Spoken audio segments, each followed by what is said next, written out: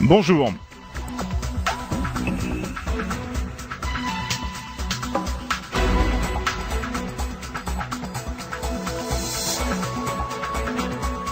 Bonjour à toutes, bonjour à tous, Richard Fanikian pour vous présenter la nouvelle édition du club Ararat TV Radio Dialogue. Une émission aujourd'hui consacrée à la proposition de loi en faveur de la pénalisation du négationnisme présentée à l'Assemblée nationale. Aujourd'hui, au micro du club Ararat TV Radio Dialogue, l'adjointe au maire de Marseille, députée des Bouches-du-Rhône et vice-présidente du groupe d'amitié parlementaire France-Arménie, Valérie Boyer. Valérie Boyer, bonjour. Bonjour Richard. Avec nous également Maître Philippe Krikorian, avocat au barreau de Marseille, spécialiste des questions juridiques liées au négationnisme en France et en Europe. Maître Krikorian, bonjour. Bonjour Richard. Et nous avons le plaisir d'accueillir également l'assistant parlementaire de la députée Valérie Boyer, monsieur Julien Ravier. Julien Ravier, bonjour. Bonjour. Alors nous allons tout de suite commencer, si vous le voulez bien, par parler de la situation en Arménie.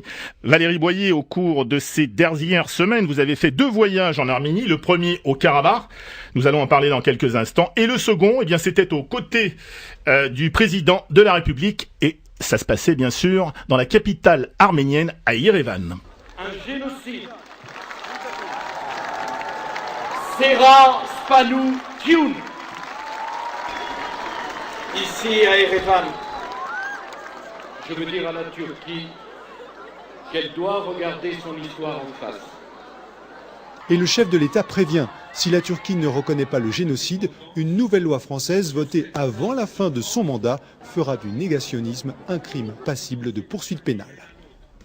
Voilà l'extrait du discours prononcé à Yerevan. Le message du président de la République est on ne peut plus clair. Il invite donc la Turquie, je cite, à revisiter son histoire et à reconnaître le génocide arménien de 1915, brandissant la menace de faire voter en France une loi contre le négationnisme turc.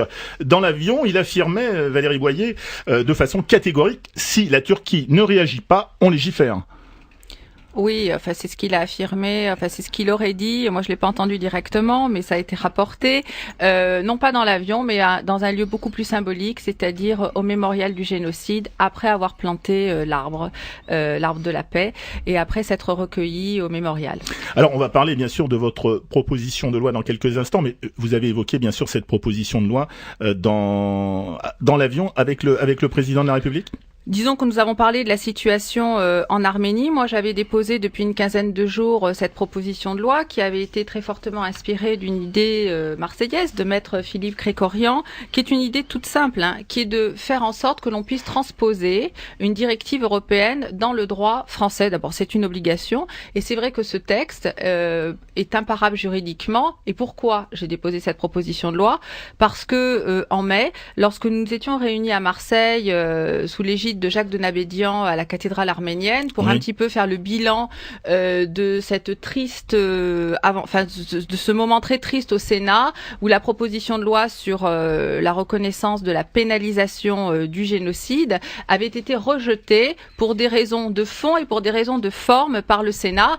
Eh bien, tout le monde était plus que triste, absolument consterné, et tous les parlementaires étaient réunis et on s'est demandé comment faire. Et effectivement, à cette occasion, j'ai discuté avec Philippe Krikorian qui m'a soumis une idée. Et cette idée, eh bien, elle a été transposée en proposition de loi. Elle a été déposée en septembre à l'Assemblée nationale.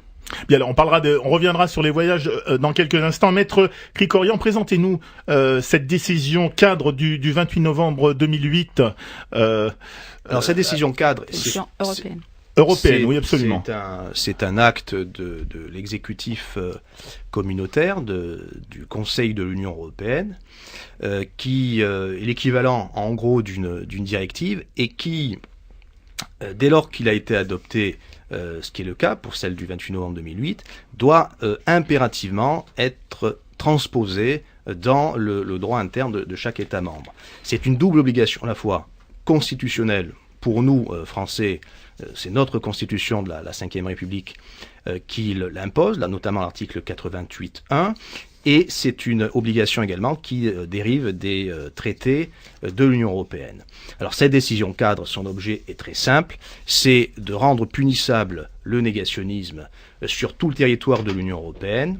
La France, bien évidemment, a un rôle à jouer primordial parce que c'est le seul État à ce jour qui est reconnu par une véritable norme ce génocide, comme elle a reconnu d'ailleurs la traite et l'esclavage en qualité de crime contre l'humanité.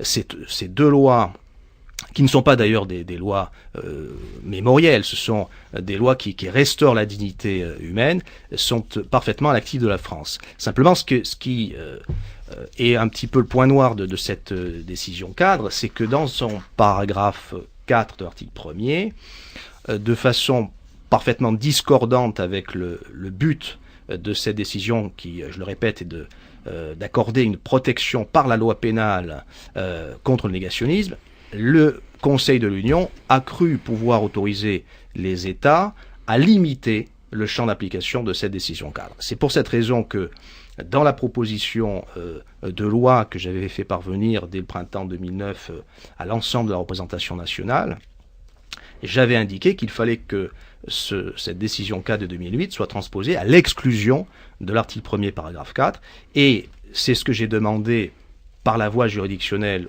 au Conseil d'État, procédure dans laquelle Madame la députée Valérie Boyer intervient volontairement, ce qui est un acte parfaitement méritoire et notable pour un parlementaire, parce que cette intervention fait le lien entre la procédure parlementaire initiée par Madame Boyer et la procédure juridictionnelle, qui sont parfaitement convergentes. Le but, c'est d'obtenir une transposition effective de la décision cadre, mais à l'exclusion de la disposition qui est contraire au droit de l'Union, et le Conseil d'État, à ma demande, devra, puisque les traités lui imposent de le faire, devra poser la question préjudicielle de la validité de cette disposition litigieuse, donc qui est discriminatoire, puisqu'elle exclut, ce paragraphe 4 exclut concrètement notamment les Arméniens de la protection par la loi pénale, et il appartiendra donc à la CJE d'invalider cette disposition pour que la transposition puisse se faire sans qu'on puisse lui opposer notamment l'inconstitutionnalité devant les chambres. Alors on va revenir dans quelques instants sur cette proposition de loi que présente Valérie Boyer, mais la députée Valérie Boyer a fait un premier voyage en Arménie, je crois que c'était le tout premier, c'était dans le Karabakh, Valérie Boyer. Exactement, c'était fin août, effectivement, avec une délégation de parlementaires et Johannes Garvokian, nous nous sommes rendus donc en Arménie, puis au Karabakh, rencontrer la population et les autorités. Pourquoi nous avons fait ce voyage? Eh bien parce que d'abord nous sommes tous membres du groupe d'amitié France-Arménie. Effectivement, on l'a fait en signe d'amitié, mais surtout de solidarité, parce que la situation au Karabakh est vraiment très douloureuse. Oui. Même si on va dans un pays en paix, même si on va dans un pays qui se reconstruit, 20 ans après la fin de la guerre, gagnée d'ailleurs par les Arméniens, et 20 ans après c'est ce moment extrêmement douloureux, eh bien, la paix n'est toujours pas signée et l'Azerbaïdjan continue à brandir la menace de la guerre quotidiennement. Il faut quand même que nos auditeurs soient bien au courant. Aujourd'hui, le budget de l'armement de l'Azerbaïdjan dépasse le budget total de l'Arménie. Et c'est l'Arménie qui soutient économiquement à bout de bras, déjà que l'Arménie n'est pas un pays riche, loin s'en faut, le Haut-Karabakh. Donc aujourd'hui, il faut absolument sortir de cette situation pour le Haut-Karabakh, pour des raisons humanitaires, pour des raisons de dignité, et puis parce qu'il n'y a pas de conflit ethnique, puisque c'est un conflit ethnique, qui ne trouve d'issue aujourd'hui. On en a trouvé au Kosovo, il n'y a pas de raison qu'on n'en trouve pas au Karabakh. Donc moi j'espère qu'on va pouvoir y parvenir, et que ce voyage, eh bien, nous avons été les ambassadeurs de paix. Alors justement, Valérie Boyer, nous avons au bout du fil Monsieur Ovanes Kevorkian, qui est en France le représentant du Haut-Karabakh. Monsieur Kevorkian, bonjour. Bonjour Monsieur Findikian, permettez-moi de saluer cordialement Madame Boyer et tous vos invités, et ça me fait un grand plaisir. Moi aussi, je suis très heureuse de vous entendre, Johannes. Alors, merci beaucoup, c'est réciproque. Johannes Kevorkian, faites-nous un peu le point sur la situation du Karabakh, en substance, en résumé, sur la situation du Karabakh aujourd'hui. Où en est le Karabakh et le conflit avec l'Azerbaïdjan? Vous savez, donc depuis 1994, il y a un régime de cessez-le-feu au Haut-Karabakh, un régime de cessez-le-feu signé donc au mois de mai 94 entre les forces armées du Haut-Karabakh, d'Arménie et d'Azerbaïdjan. Mais depuis et surtout les dernières années, il y a une intensification de violation de ce régime de cessez-le-feu de la part des Azerbaïdjanais. Il y a des tireurs d'élite azéris qui sont assez actifs, donc qui tuent, qui tirent sur nos soldats et parfois donc ils aboutissent. Évidemment, avec cela, il faut rappeler que l'Azerbaïdjan, depuis le début du conflit armé, donc depuis 1991, impose un blocus au Haut-Karabakh et à l'Arménie, et ce blocus existe. Et bien entendu, ce blocus économique, ce blocus physique s'accompagne aussi par un blocus, je dirais, médiatique et d'information, parce que vous avez été, ou nous avons été tous les témoins de cette réaction forte de l'Azerbaïdjan quand nos amis parlementaires ont visité le Haut-Karabakh, une visite qui avait un caractère uniquement de s'informer de ce qui se passe sur ce territoire, au-delà à qui appartient ce territoire, au-delà du fait sans aucune considération politique ou juridique. C'était tout simplement une visite d'information des parlementaires qui s'intéressent à cette région et l'hystérie montrée par l'Azerbaïdjan donc prouve une fois encore que l'Azerbaïdjan veut garder dans l'isolement total ce bout de territoire, ce bout de pays qui est le Haut-Karabakh, et c'est quelque chose d'inacceptable à mon sens, parce que sur ce territoire, il y a une société qui vit, il y a des hommes, des femmes, des enfants, et il ne faut pas ignorer, quel que soit le contexte politique de ce pays, de ce territoire. Merci Ovanes d'être intervenu dans cette émission. Valérie Boyer. À bientôt. À très bientôt Ovanes. Qu'est-ce qui vous aura le plus marqué au cours de ce voyage au Karabakh? Écoutez, je vais vous raconter une anecdote personnelle puisque nous sommes à Radio Dialogue. Ça nous permettra un petit peu de situer aussi l'état dans lequel se trouve la population. Donc, on a vu beaucoup de choses grâce à Monsieur Garvokian et puis aux autorités karabatiques qui nous ont reçus. Puis, nous sommes allés rencontrer des réfugiés à Chouchi. Et je vais raconter brièvement cette histoire, mais donc à un moment donné, donc c'est difficile. Hein, moi, je ne suis pas d'origine arménienne, je ne parle pas arménien, donc nous avions des traductions permanentes. Et dans cette rencontre avec cette ONG qui s'occupaient des réfugiés, où ils nous décrivaient leur situation depuis presque 20 ans à Chouchi, qui a été quand même un des hauts lieux de la résistance arménienne.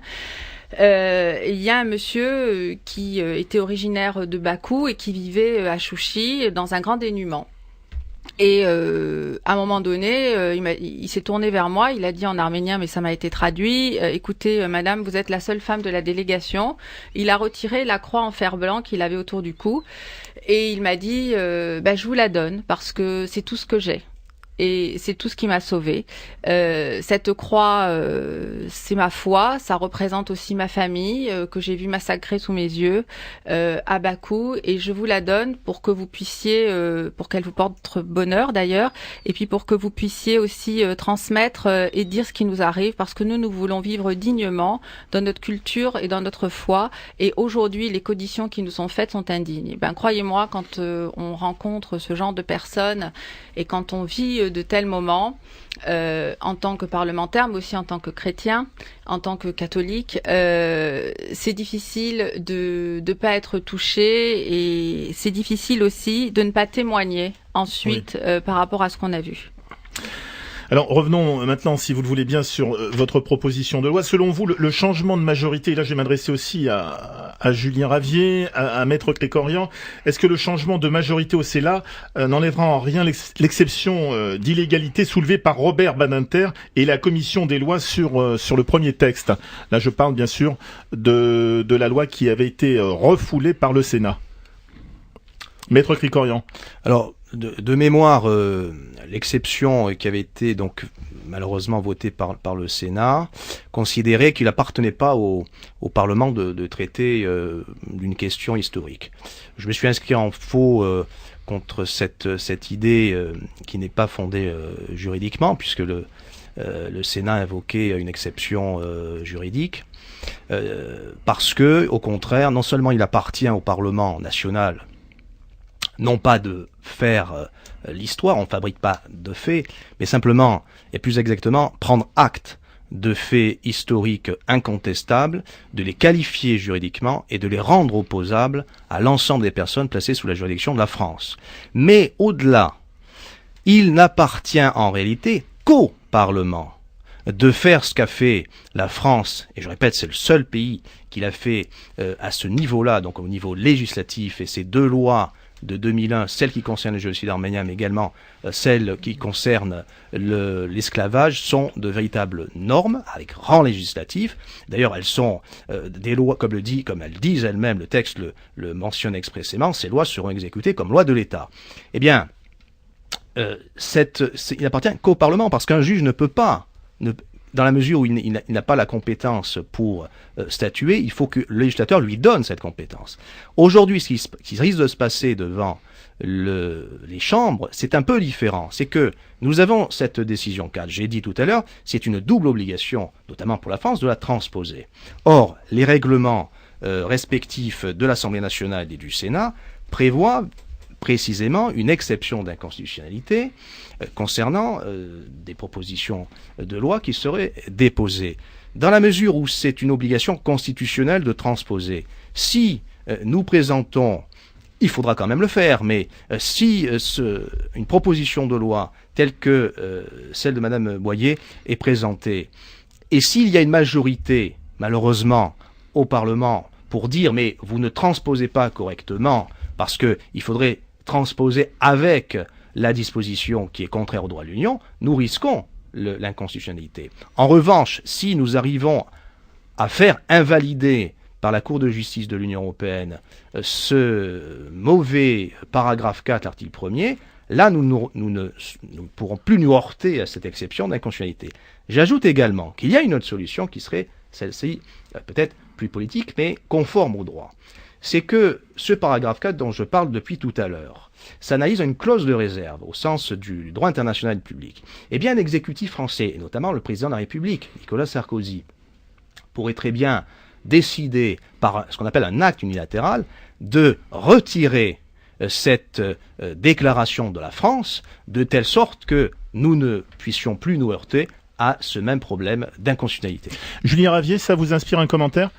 Alors moi, j'aimerais juste vous dire que ma lecture du rejet du Sénat le 4 mai dernier de la proposition de loi qui visait à pénaliser la négation du génocide arménien, j'y vois un rejet sur 2 points, sur le fond et sur la forme en fait. Sur la forme, il est vrai que, quoi qu'on puisse en dire, il n'y a pas de majorité politique, ni à droite ni à gauche, qui s'est dessinée sur la pénalisation et donc sur une loi comme celle-ci qui est considérée par certains comme loi mémorielle et donc illégale. Ça, c'est la première chose. La deuxième, c'est que sur le fond, effectivement, on a un vrai problème que je viens d'évoquer, qui est ce risque d'inconstitutionnalité. Donc, constatant cela, qu'à cela ne tienne, demandons effectivement au Sénat si avec une majorité de gauche ils sont capables de remettre ce texte à l'ordre du jour et de le faire adopter. Maintenant, tout le monde le souhaite. Ici, on a tous le même objectif, hein, c'est de pénaliser le négationnisme. Maintenant, je constate quand même qu'il y a 2 barrières qui risquent de se représenter. Et donc, peut-être qu'aujourd'hui, il faut arrêter de faire croire aux gens qu'un changement de majorité politique va effacer les deux arguments que je viens d'évoquer. Valérie Boyer.